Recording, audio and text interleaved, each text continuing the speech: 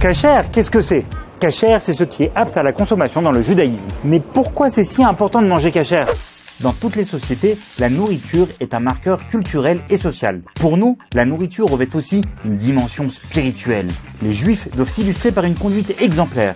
Règles de pureté, tenue vestimentaire, pudeur, mais aussi par les règles alimentaires. Dis-moi ce que tu manges, je te dirai qui tu es. À travers nos repas, on se sanctifie et on raffine notre lien avec Dieu. C'est pour ça que la nourriture est encadrée par la halakha, depuis la production jusqu'à la consommation. Les lois alimentaires apparaissent dès le début de la Torah. Le premier commandement donné à Adam, le premier homme, est l'interdiction de manger du fruit de l'arbre de la connaissance du bien et du mal. On a ensuite l'interdiction de consommer le nerf sciatique, car lorsque Yaakov s'est battu avec l'ange, celui-ci lui a luxé la hanche au niveau du nerf sciatique. La Torah nous interdit également la consommation du membre d'un animal vivant, une loi universelle censée éduquer l'humanité à ne pas se comporter de manière cruelle. Concrètement, la cache-croûte, ça concerne quoi? Presque tous les aliments, et commençons par les animaux.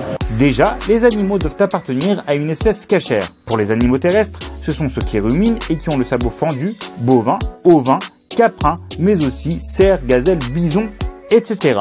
Tous les autres ne sont pas cachères. Porcs, chameaux, lamas, félins, chevaux, etc.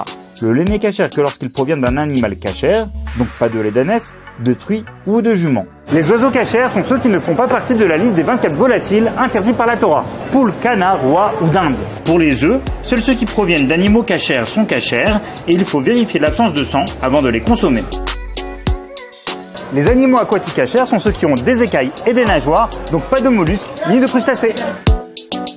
On respecte ces règles de cache-croûte, avant tout parce qu'il s'agit de décrets divins, mais certains auteurs ont amené des explications supplémentaires. Par exemple, on ne mange pas de prédateurs pour limiter les aspects violents et belliqueux de notre personnalité. Attention, ça ne suffit pas que l'espèce soit cachère. La viande doit passer par un processus précis. 1. Le shochet abat la bête d'une manière précise avec un couteau parfaitement affûté et sans ébréchure qu'il vérifie régulièrement. 2. Le bodek, un autre professionnel, vérifie l'état du poumon pour vérifier l'absence de trous. 3. On extrait le sang des animaux, car la Torah nous enseigne que le sang, c'est la vitalité de l'animal. C'est la cachérisation qui peut se faire soit par salage, soit par grillade. Et pour attester que tout le processus a été respecté dans les règles de l'art, un délégué rabbinique appose un seau avec un tampon de cache-croûte. Ce long processus qui fait intervenir un personnel nombreux et qualifié explique le prix plus élevé des denrées cachères. Nos sages ont instauré d'autres interdits alimentaires pour préserver notre identité juive et éviter les mariages mixtes. Les aliments doivent être occupés par un juif uniquement. Le vin et le jus de raisin ne peuvent être manipulés que par des juifs qui observent le Shabbat, et ce, depuis que les raisins lâchent leur jus. Le lait doit être créé sous la surveillance d'un juif, le fromage doit être emprésuré par un juif.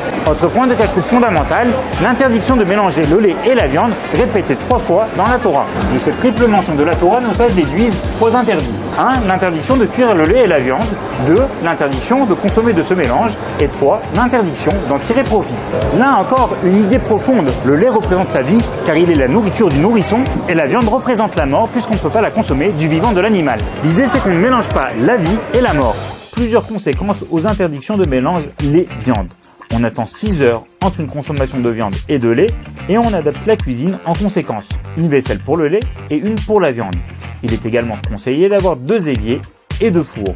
Passons aux végétaux. En dehors d'Israël, ils ne sont pas frappés d'interdits, mais il faut quand même vérifier l'absence d'insectes qui sont interdits à la consommation. Autre point, une pâte faite à partir de farine de blé, d'orge, d'épeautre, d'avoine ou de seigle est soumise au prélèvement de la challah dès qu'on en pétrit une certaine quantité. Tant que ce prélèvement n'a pas été effectué, la pâte est tevel, interdite à la consommation.